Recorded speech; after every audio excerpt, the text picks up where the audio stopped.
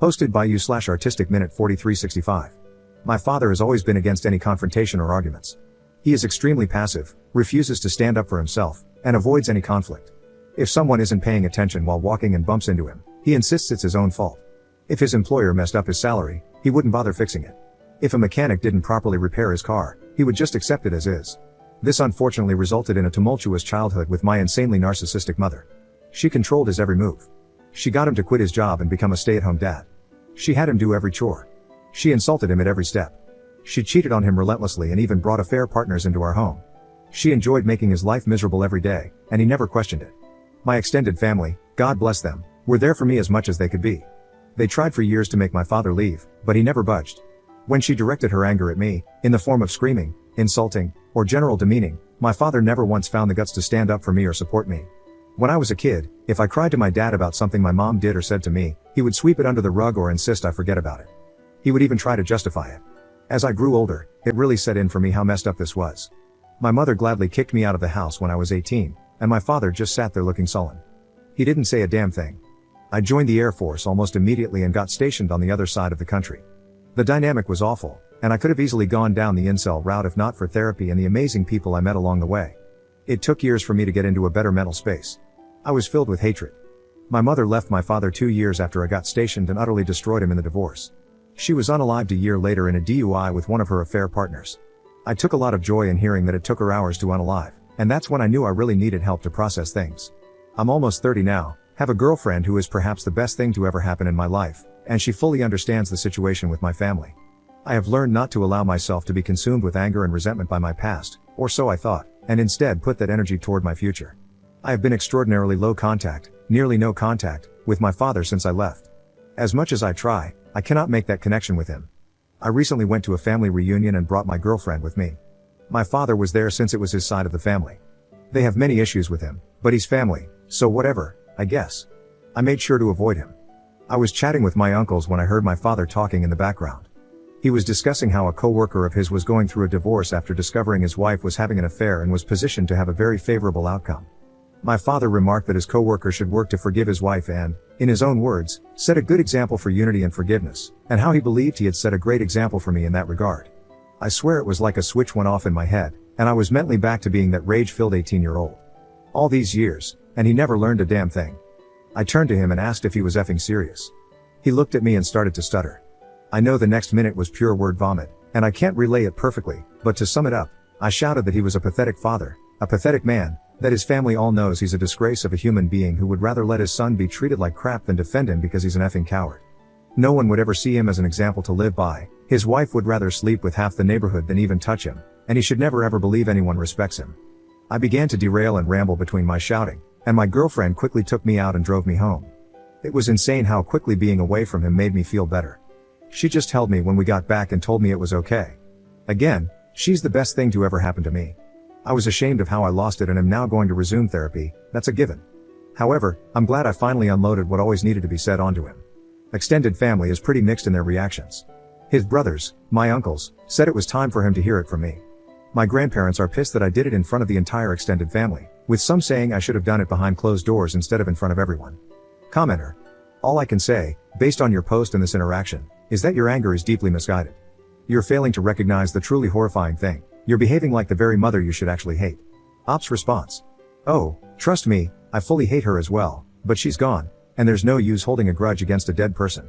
I had hoped, though, that after his son made him an outsider in his life, his family openly joked to his face about his failings as a father, his ex-wife drained him of everything and left him starting over in a one-bedroom apartment, and his friends slowly left him one by one out of embarrassment, that maybe, just maybe, he would have had at least one moment to reflect and consider that he should have done things differently.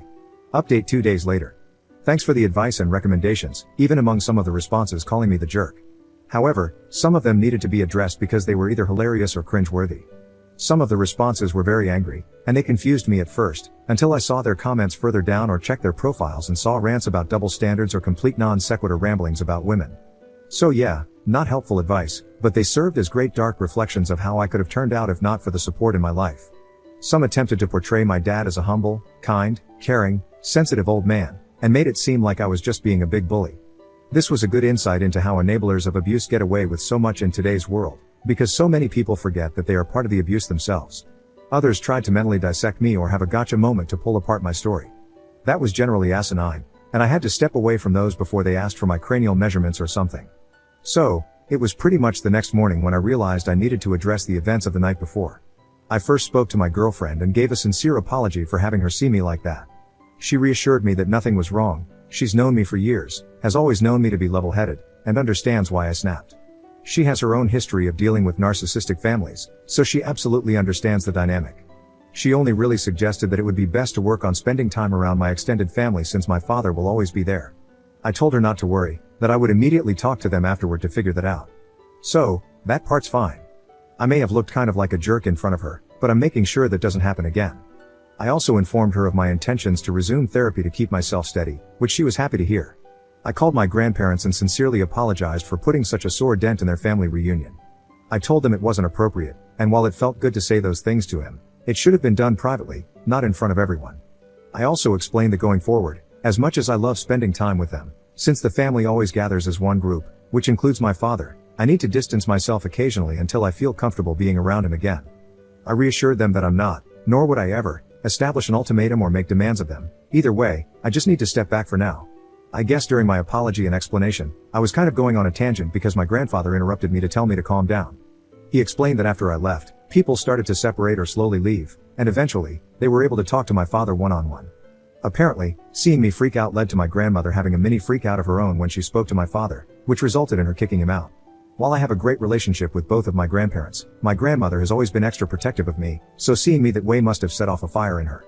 My grandfather then said that it's become a bit of an open family secret that my father is failing.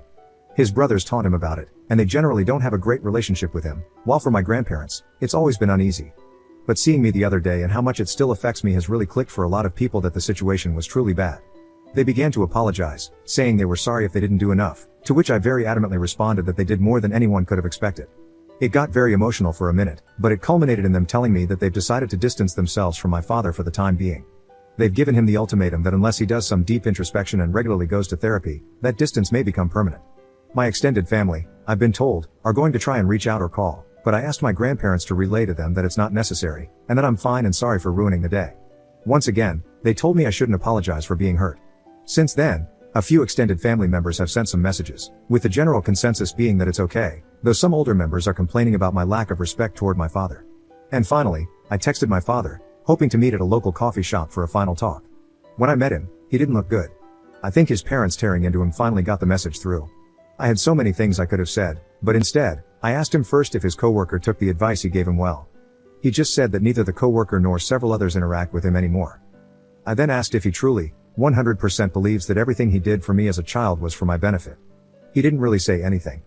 Finally, I asked if he has any regrets about how I was treated as a child and whether he thinks he did anything wrong. He looked utterly defeated and mumbled that he could have done more. I could have poked and prodded or gone on another rant, but instead, I told him this should be goodbye, and I hope he gets the help he needs. I think finally unloading my frustrations was what I needed to be able to move on and find peace. I absolutely need to stay on track with therapy and admit that a public outburst wasn't okay, but I think I'll be fine now. Second update 3 weeks later. Things have progressed over the last couple of weeks, and I now have broader context about my family. Long story short, a lot was hidden from me. My father was an absolute D-bag to his family, and that's why they treat him the way they do. I received a lot of feedback, and one thing that stood out was people questioning whether my extended family could have contributed to the abuse, which could explain why my father was so feeble. Since I've been trying to work on my relationship with my family, I figured it was time to ask the hard questions before going further. I met with my dad's brothers, who invited me out to a popular lunch spot. For context and clarity, Dale is the oldest brother, he is married and has a daughter and a son. My father is the second oldest, self-explanatory. John is the second youngest, also married with a son, and Bill is the youngest, married with 3 daughters. So, we met up, and I ripped the band-aid off by asking about my father growing up, what he was like beyond the basics I knew, and what's really going on with their relationship.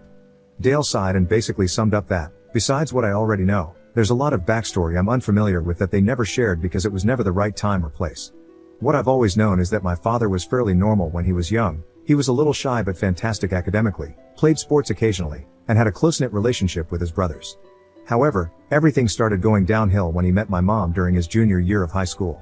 What I didn't know was that my father was a guiding figure for his 2 younger brothers and was generally seen as one of the nicest people, with a bright future ahead of him. My grandparents adored him, and he even became a bit of a golden child, but no one minded because of how well he treated everyone. The reason his family doesn't respect him now is due to how his behavior changed once my mother became attached to him. It started out simply. My mother acted rude and distant toward the family. They weren't huge fans of her, but since my father loved her, they tolerated it. She became possessive, slowly isolating my father and convincing him to give up his ambitions and goals. The family grew concerned and spent a long time trying to talk to him, urging him to leave her. My father didn't budge and began lashing out at them. When I was born, my extended family tried to approach my father about my mother's attitude. My father became angry and even threatened to report them for harassment. He was in complete denial about her behavior. When Dale's wife was struggling with fertility issues, my mother sent her appalling and cruel messages. Furious, Dale confronted my father, but instead of defending his sister-in-law, my father told Dale to drop it and even justified my mother's behavior. Dale punched him, and the situation nearly involved the police. From that point on, Dale hated him. John grew to despise my father when my mother insulted his son, who has mild physical disabilities. Instead of defending John's son, my father made a joke about what she said, which solidified John's hatred for him. Finally, Bill, who had always idolized my father, tried to tell him that my mother had made a pass at him and urged him to get a divorce. My father's response was a furious call filled with hate and words that completely severed their relationship. To sum it all up, the more time my father spent with my mother, the more he began to mirror her attitude. When my family saw signs of abuse toward me and tried to intervene, my father threatened to lie and accuse them of worse things. My mother had money and lawyers, and she could make their lives hell if they tried anything, and my father was fully willing to let her.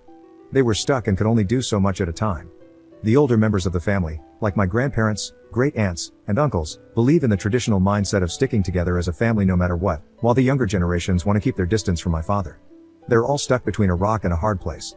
There's more they told me, but it essentially boils down to the fact that my father chose to lay on the hill for my mom, ruining his relationships with his brothers in the process. And when she died and left him destroyed, he probably had to come to terms with the fact that it was all for nothing. My grandparents seem unwilling to accept that he's truly lost, or maybe they still hold out hope that he can fix his life. Who knows?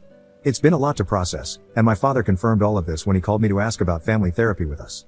I cut to the chase and asked if what I heard was true, and he said yes. I might have agreed to family therapy before, but now I have no idea. Commenter. You were basically your dad's meat shield throughout your entire childhood, and apparently, that was a pattern. Turns out, the man threw his own siblings under the bus as well.